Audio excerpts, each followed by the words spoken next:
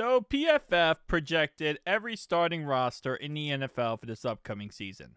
Now, they put us at 18, ranked us 18 out of 32 for our roster, which, okay, all right. PFF last year ranked the Denver Broncos as the worst roster in the NFL, and they made the playoffs. So, PFF, shout out to you guys. Now, according to right now, the speculation right now, Cordell Volson is not going to be the starter at right guard. So this right here is not going to happen, according to what we understand. Not only if he is the starter, do they have to pay him, the incentive-based contract. Also, we drafted Fairchild to be that starting left guard position. Now, again, at the end of the day, everyone has their day to see who can be, the starter, right? So Fairchild's going to compete. Rivers is going to compete at left guard. Cordell Volson will compete at left guard too, right? And in the end, maybe Cordell Volson ends up being the guy. Right now, it's projected not. Right now, how they're running their offense for the number ones is they're going to start off the offseason with Fairchild at left guard and Lucas Patrick at right guard. Which, again, like I said before, that could change. Nothing is set in stone just yet. Obviously, Cordell Volson, if you go off last season, Cordell Volson, they're going to have him in there as a starter. Again, very potentially he will not be a starter. And again, the Bengals have incentives to not make him the starter because they took his money he got, the extra money he got, and they turn it into an incentive-based contract. So if they don't start him and they don't play him, he doesn't get that money. And Cincinnati keeps that money. So they're, in a way, incentivized not to make him the starter. Anyway, looking at our offensive line, let's say Fairchild does start at left guard, okay? Let's say, it's either Rivers or Lucas Patrick at right guard.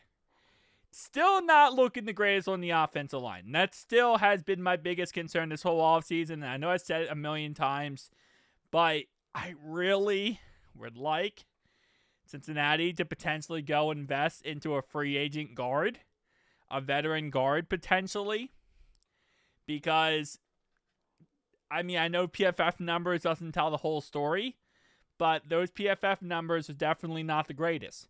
Now I'm gonna throw away the Amarius Mims numbers because he was a rookie last year. Plus he missed half the year with injury. Well, not half the year, but he missed some of the year with injury. Cody Ford, again, Swiss Army knife. I don't really love the idea of him being the starter. Now again, under Scott Peters, all these guys will also be better. Frank Pollock was absolutely awful. So under, Scott Peters, I'm expecting all these guys to get a huge bump up, right? But again, I would like to see potentially a veteran right guard added. Teddy K, again, under Frank Pollock, I'm going to throw that to the wind. Cordell Volson, obviously Fairchild will replace him. And if they wanted to go like a Will Hernandez, Dalton Risner type combo, wouldn't mind it. Brandon Sheriff is still out there. And I think Orlando Brown will be a lot better once you add in Scott Peters and you add in all the other stuff, right? So, offensive line alone. Receivers, of course. Yoshi, going to have a great season now. If we can protect Joe Burrow, Yoshi's going to have a great season. Everyone's going to have a great season if we can protect Joe Burrow. They got Chase Brown, then Zach Moss. Okay. We got TJ Slayton, and we got BJ Hill starting tackles. Joseph Asai, Shamar Stewart, right now, actually, hopefully. Once he signs, he will be our, one of our starters. Jermaine Pratt, Logan Wilson, Britt Turner, Dax, Geno Stone, and Jordan Battle. Yeah. Listen, at the end of the day, it really comes down to number 9, right? And it's a very simple formula that, we definitely struggle on last couple years. last 2 years especially. Obviously, 2 years ago, we lost Joe to injury, for the year with his wrist. And then last year, it was our defense. So the formula is simple for how we need to win. We need to protect Joe Burrow. Let Joe Burrow be Joe Burrow, right?